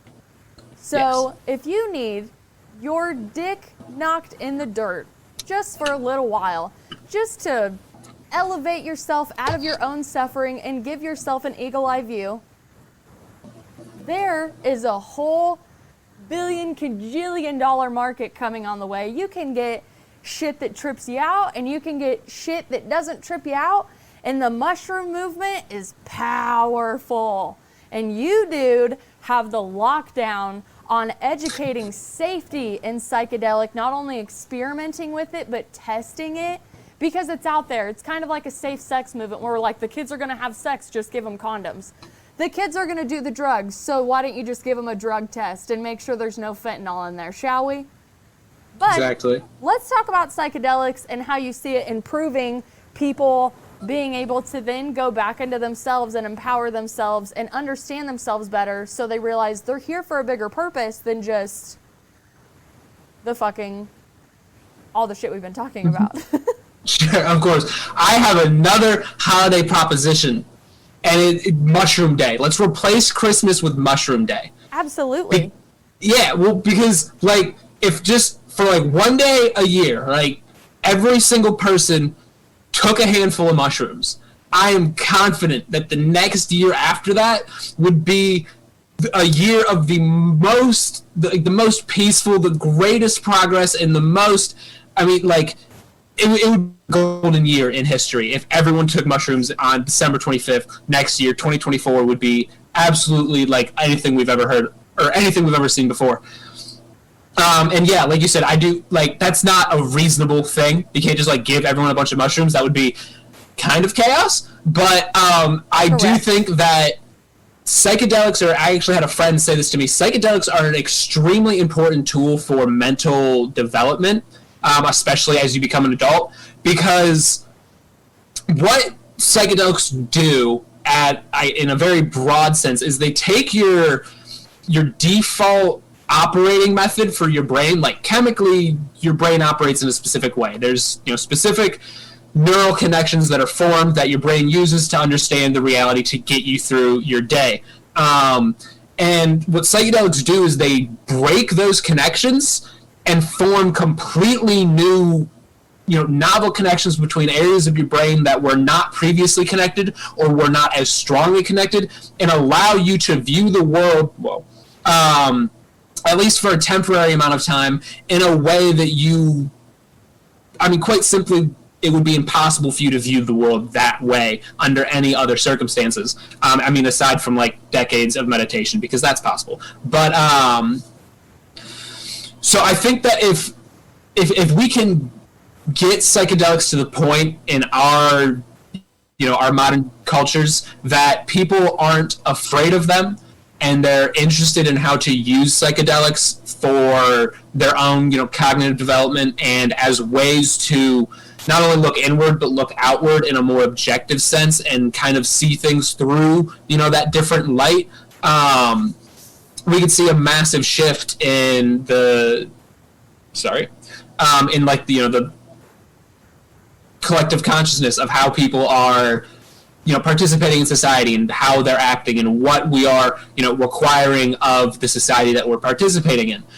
So I am a, huge advocate for psychedelic use, but I'm also a huge advocate for responsible psychedelic use, because it's completely useless and if not harmful to just be taking psychedelics for the sake of taking psychedelics, because you're not going to be getting the same things out of that you could be if you're going in with a specific intention and with the education on how the compound is actually interacting with you and how these different psychedelic compounds are going to interact with you differently, because literally every single psychedelic is going to do something different to you. So understanding which one is going to do the things that you feel you could benefit the most from will be really important to making that decision on what you're actually going to be taking. So there's a big movement going on right now, not only in just taking, a handful of mushrooms and tripping out, but microdosing. It's been in the news like a ton.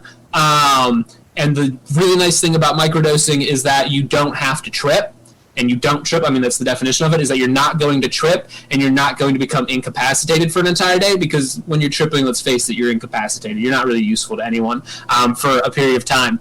But with microdosing, you're taking a very small amount of these compounds that is not going to induce a trip-like state, but is going to, start to rewire some of those neural pathways in you and allow you to start perceiving your world differently. People use it for all kinds of different mental ailments. All the way from, like, PTSD and depression to just being more, like, active and having energy.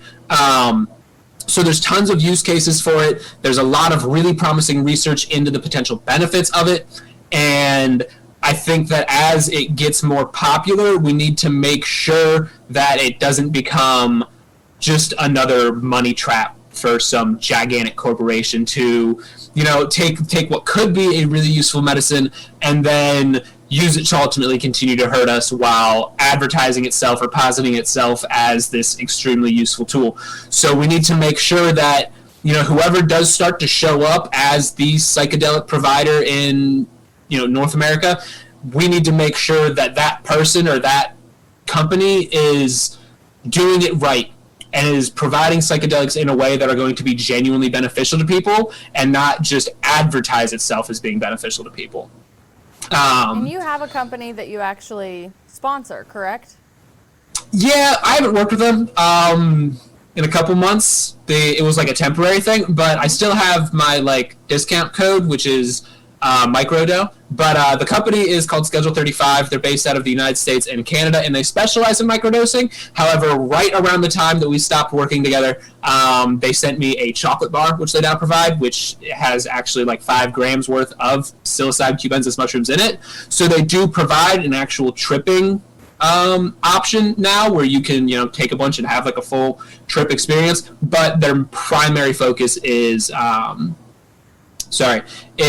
microdosing, and they make it very easy. They send you these little packets with pre-measured out capsules of just crushed up psilocybin cubensis in it. And I used them for a while, and they were absolutely fantastic. I've actually been thinking about getting some more just because I want to be really productive over my school break right now, because I still have 2 weeks before I have to go back into school. So I want to make sure that I'm really productive over these next couple of weeks. So I might pick up some more for myself. And like I said, they're not still sponsoring me. I'm not still currently working with them. I'd like to work with them again in the future. But if you go to schedule35.co, and after you sign up, the sign-up process is a little involved, but they require Photo ID, a photo ID, so that way they kind of cover their own asses. They're not selling drugs to people under the age of 21. At least in the United States. If you're in Canada, it's like 19. But at any rate, that scares a lot of people off, but it's just to cover their own asses. And then once you're all signed up and everything, you go to purchase whatever you want. In the little promo code, you can type in microdo, DOUGH, all one word, and that's good for 15% off still. So you should definitely check that shit out, because they are absolutely fantastic. They were an absolutely wonderful company to work with. So I do highly recommend them, not only because of this, what they're providing, but also because they were, just a genuine pleasure to be associated with. So there's a huge movement in psychedelics and microdosing in the veteran community as far as struggling with their PTSD from what they went through. And I believe in psychedelic research. I believe in the responsibility. I also believe in the results that microdosing has given some of my friends, that whether they were a veteran or not, they were stuck in this shell of depression they couldn't understand. They have been dependent on Western medicine and antidepressants. They have been dependent on behavioral therapy and a lot of like conscious modalities for healing. And my favorite that even I found in my personal experience with psychedelics is I'm able to sit down and breathe and connect with not only a higher power, maybe vibrate to a higher frequency is what you would say, but I'm able to have a conversation with my subconscious where 90% of my conscious actions come from. And that is something that has not only caught on to people that have been labeled as derogatory statements of drug users and trippers and whatever, but it has caught the eye of people, of the right people in society that are actually able to move this research forward. And I'm really, really thankful for that. But just like you, I am also hesitant of the wrong conglomerations latching onto this because they see the money that's about to be thrown into it, and then they sell it to you as, hey, we're here to help you. But again, you have to ask yourself what's going on in the background of these companies. Are they really doing this for all the right reasons? So when you go out and if you want to start microdosing, if you want to start looking at other ways to help yourself, whether it's psychedelic or not, do your fucking research. Absolutely. Do not go to this random fucking person that's growing mushrooms in their basement that sells it more from a recreational standpoint. Be the person who stands up for the plant itself, because it's plant fucking medicine. It's not a drug. Mm-hmm. Like, even going back to when you said like Mushroom Day, like there's a pagan origin story where they would eat magic mushrooms on this day, and that's where the idea of flying reindeer came from, because they were tripping out from these mushrooms and they would be like, oh look, the reindeer are flying. And you can do your own research and read the story on your own. I'm definitely just like like sound biting it in between. But there's so many things in our culture that actually derive from things that let's just call them the ancients now, actually did. There was a connection to spirit and to Mother Earth that these cultures that have been suppressed and erased were doing for a reason. So it's just like the meme that I read was like, why is there so much suffering to the world? He asked to the indigenous man sitting in front of him, cross-legged, meditating. And the guy said, you have disconnected your connection from your spirit, from your source. And you got to ask the question, why are we so far away when we're being told that God is all around us? Why are we suffering so bad? Why are all of these things happening? Why do I feel so alone when I'm in a crowd surrounded by people? Why do I have all of these disorders? Why is hashtag neurodivergent ADHD? Why are all of these labels that I'm given? Why is my diagnosis now a label that I'm not saying it's okay to be proud of the fact that you found what's actually wrong with you, but why don't we go over to the other, like let's go to the Shipibo tribe over in Costa Rica and let's ask them what they actually are observing from their perspective of Western culture. Because if you get their perspective on what's happening in just America alone, and their take on schizophrenia, their take on depression, their take on bipolar, their take on all the way that we're living, and if you open your mind to their perspective, it's mind-blowing. Because at the end of the day, they'll speak of this disconnection between not only the Mother Earth, but ourselves. We're disconnected from ourselves. We're the only living thing on Earth that can be our brain can be disconnected from our heart space, and we're technically surviving. Which when you go back into energy, if you're surviving, you're living at a suppressed root chakra state. The energy from your source cannot go through your body. If you want to look at acupuncture, acupressure, and meridian lines in your body where energy gets stored, energy downloaded into your body and a brain as your thought, as a worry, as this, if you do not face these things, they manifest as dis-eases, D-I-S-eases in your body. Like, let's go back to like body mapping and figuring out why I have this in my knee. What emotional issue just manifested physically on my body? What got stuck in my hippocampus where my short-term and my long-term memory are not integrating my memories properly? Why can't I remember my childhood? Why can't I remember this trauma that happened to me that I blacked out, but actually my body is physically still acting it out? These are all of these questions that you can ask yourself, but there's so many people that don't even know where to start. So I'm not recommending psychedelics is where you start. I'm recommending that you admit to yourself that there are bigger and better and louder ways to view these things. And I've found through certain forms of psychedelic treatments that I was able to literally lift myself out of my own suffering. It's like I became my higher self, and it was just like, look at all of this. Look, I'm going to alleviate your emotions because emotions are a human concept. The soul does not have emotions. The soul is eternal. But I'm going to show you. You're going to have to go back down there and figure this out because that's your role. You're a soul in a human experience, right? You need to experience. So you don't get to do all this research and sit on the sidelines, nor feel like you have a spiritual ego and a moral high ground to be able to preach to everybody about it. But you can walk around and be like, just question, why is that like that? Why am I like this? Why did I just act that way? Is that my ego? Is my ego coming in to protect me? Why did I feel like I need to be protected? And again, I loved bringing up psychedelics because I had a shell of conditioning around me, generational, societal, all of that. And I was just like, I've seen all these people take psychedelics and they've had really great introspective views. And I want that, and I want to feel safe while I'm doing it, so I'm going to do it.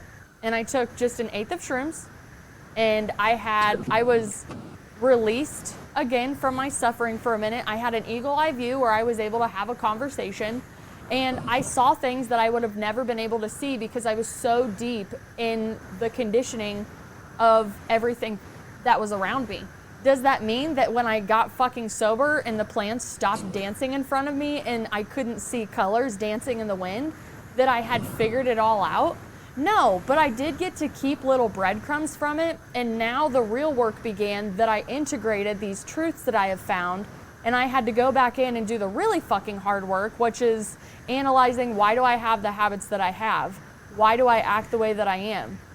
Oh, I'm not stuck with my personality. It's called my personal reality, that I was programmed from the ages of 0 to 8 because kids are in a theta brainwave state. You've got to be fucking kidding me. Why are we not educated on this more? I really think your episode just be called, Why? Why? Do it. Seriously. I'm glad you brought up the indigenous use and like the historical cultural use of these plant medicines, because the literal reason why I chose Christmas for Mushroom Day to replace Christmas was because, like you said, that used to be like a pagan thing where they would take mushrooms, and the mushroom that they took was called the Amanita muscaria mushroom, which grows coincidentally very prominently at the base of coniferous trees, or pine trees, and the mushroom is colored red with white spots on it. And a literal part of this ritual was that there would be one person who walked around with a literal bag full of these mushrooms, handing them out to everyone, dressed up in the colors of red and white, because he was handing out these red and white mushrooms. And that's the whole origin story of modern Christmas, or at least in part. There's other facets to it. You're absolutely right. Yeah, but that's a very large overreaching theme that was inherited from this very ancient tradition of taking mushrooms around the winter solstice. And I definitely think that would be a fantastic thing to reincorporate back into our society. And as you went on to say about the suppression of that ritual, that all happened with the Christians. I blame so much on the Christians, and kind of unapologetically. Now, I understand there's a lot of good things that Christianity has done, but there's a lot of things that Christianity has not done very well, and there's a lot of things that was done intentionally to hide information like that. I talked about this a little bit on Spiritual Smorgasbord, but that book that I brought on to talk about, The Immortality Key, fantastic. Read it. If you're listening to this, go read it right now. It's a bit of a difficult read, but it's definitely worth it. And what he did was he went back and explored the historical origins of modern religion. And they more or less, pretty definitively started with psychedelics. You can't say that for certain, because we can't go back there and watch people take psychedelics and then go forward 1,000 years and then watch how that evolved. We can't say that for certain, but there are a lot of markers of ancient religions that strongly suggest they were using psychedelics. And even, the Greeks outright said that they used psychedelics, so that's not really up for debate. But those religions and those, you could call them cults, or even just rituals, were adapted by the Catholics or the Christians, and then watered down and completely stripped away all of that psychedelic and that real, conscious awakening facet of the rituals, and it became, what was church look like today? You sit in a massive fucking building and drone on chants that you're not even potentially paying attention to, with a bunch of other people chanting all the same shit, and you're drinking really shitty wine that's been watered down and is basically fucking grape juice, and you get this tasteless fucking cracker. And it is nothing reminiscent of even early Christian rituals, which would have mirrored or looked quite similar to the rituals that they inherited all of their practices from, which involved, some form of plant-based consumption. Whether or not it was actually psychedelic, there was plant medicine being used. So I think that I'll blame it on the church, even though it's not all going to be the fault of the church for suppressing ancient knowledge and suppressing even indigenous knowledge, but they definitely played a large role, and I have no problem saying that. Yeah, and you have to always wonder who influenced them to do the things that they've done, because I think one of the things I quoted on that season somewhere, it's like, how many people do you have to kill before you're a mass murderer or you're a religious movement? and you don't get to be a serial killer and the guru. And if you want to study the history of religion, you better just study the history of war, because the first things that they're going to go after are your beliefs and your history and your art. And you can study that just as far back as, I mean, Jesus Christ, what fucking Hitler did all the shit that they recovered from him, all the things that he took from people, the burning of the Library of Alexandria, even the derogatory statement of pagan, like how they were just the outsiders that refused to go to this church. Like, they were fine working with the natural moon cycles. They were fine with using the things from the earth because the things on the earth were compatible with our body. They didn't barter, trade. All of these things they seem so third world country to us, right? Like, there's a reason that it was that, and something did come in, whether it was corrupted, perverted humans doing this and realizing that they could go and utilize the masses for whatever their agenda is. But when you start, like, my first thing is, when I dropped out of college, I had just registered for a world religions class, and I was so fucking stoked to take it. But then I dropped out based on reasons we won't get into, and I was still so hungry to go back further than what the church I grew up in had told me, because I would ask questions that I was getting stonewalled on, and it was like, oh, well, all the answers are in the Bible, all the other books will send you to hell, like, basically is what you should say. So I started on Hinduism. How did that come about? What are their beliefs? Why did they believe that way? How could I actually believe that people outside of this faith, like my faith, is like, well, if you don't believe this box of information, well, you have the chance of going to hell. Do not deny your maker. Well, who's my maker? How do you know that that's my maker? Why don't I go and I'm going to go investigate. I believe that I'm protected enough from my original source, even though I still have questions. If you ask me my beliefs, they still change all the time based on the research. But it's just like,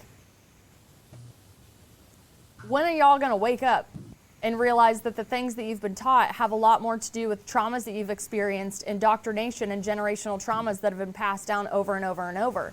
Because don't forget to tap into your generational gifts. Everyone's so focused on healing the generational trauma. Don't fucking forget that your ancestors were powerful. And they might not be living in the society and the technological advancements that we have today, but they fucking knew something, and they were hooked up to something better than us. And you're going to have to give them credit for that, because you can actually prove that in yourself. It's going to cause you to break your illusions. It's going to cause you to suffer a little more, honestly, because when you open your eyes, you see the suffering of the world more. You see through the facades of every fucking buddy.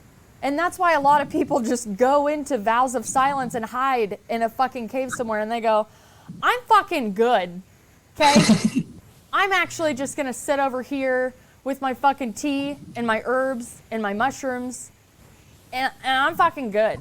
I'm not going to go join a movement and try to change the fucking world, because I see, and I see you, and I love you, but I'm taking a step back from being in this race that I was told, this is the way, this is the way, this is the way. And if that's the way, they're the wrong way. And if you're not with us, you're against us.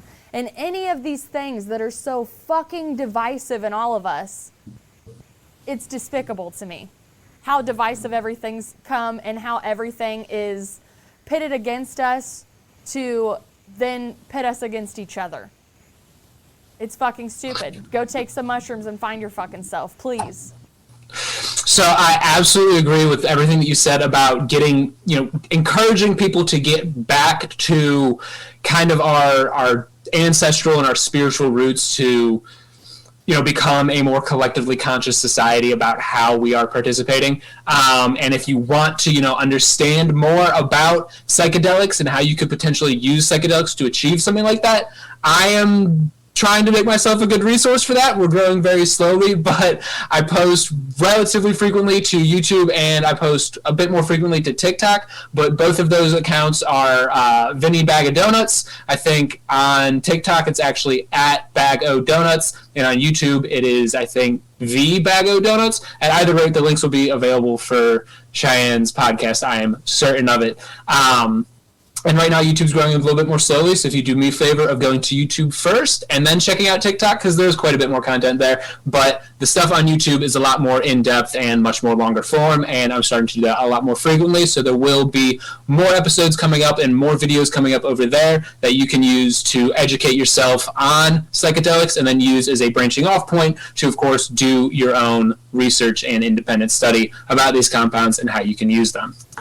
Yeah, I have learned so much from you just from TikTok alone. Now I do need to go check out your YouTube channel. I will say that absolutely. I need to do that. We'll share likes, right? Sure. But I really do think that you're a supremely valuable resource, and spreading the responsibility along with the medicine is 100% what you should get out of anything that you're trying to research, but especially with anything that's going to alter your mind. Absolutely. You have to be conscious of the fact, or conscientious, I should say, of the fact that you're altering chemicals in your brain. So yeah, these are immensely very, powerful very compounds. Yeah. Like don't go fucking balls deep. Like, we're not telling you to do that, but like, do your own research. And absolutely. Yeah, I think you're a valuable source. I love having you on the show. I loved your episode that you did on Spiritual Smorgasbord. I highly recommend you go listen to that too, because you always blow my mind, and you have such a great cadence and delivery and everything. So, you know, whenever you want to come back on the show, just know you always have a place here to let us ramble off for a couple hours. But, okay, I'm so excited to show you this. So, there is a guy who does mashups on YouTube. It's William Moranci, Maranci, I think is what it's called. And Vitality Exposed is going to bring us a mashup track of Deftones' Change in the House of Flies with Britney Spears' Toxic. Wait, I might have heard this already, but okay, play it. Fuck it. I actually think I might have seen a clip of this, but yeah, do it. Because I'm so down for this track right now, and I'm like, thank you, William, so much for making this. I will link it below so you can hear the whole thing, and if you do want to hear or get on any of Vinny's social media or even his Gmail, I have it like literally click the episode link right under the description.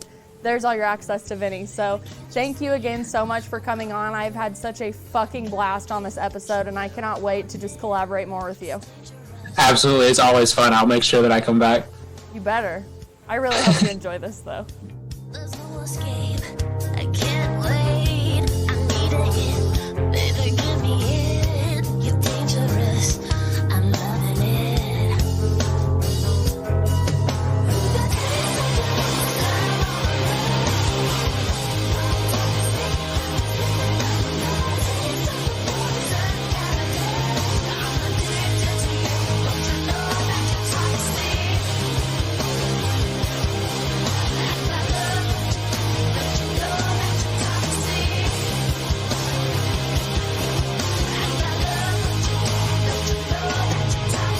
This is the Hoosier Media Network, your home for podcasting.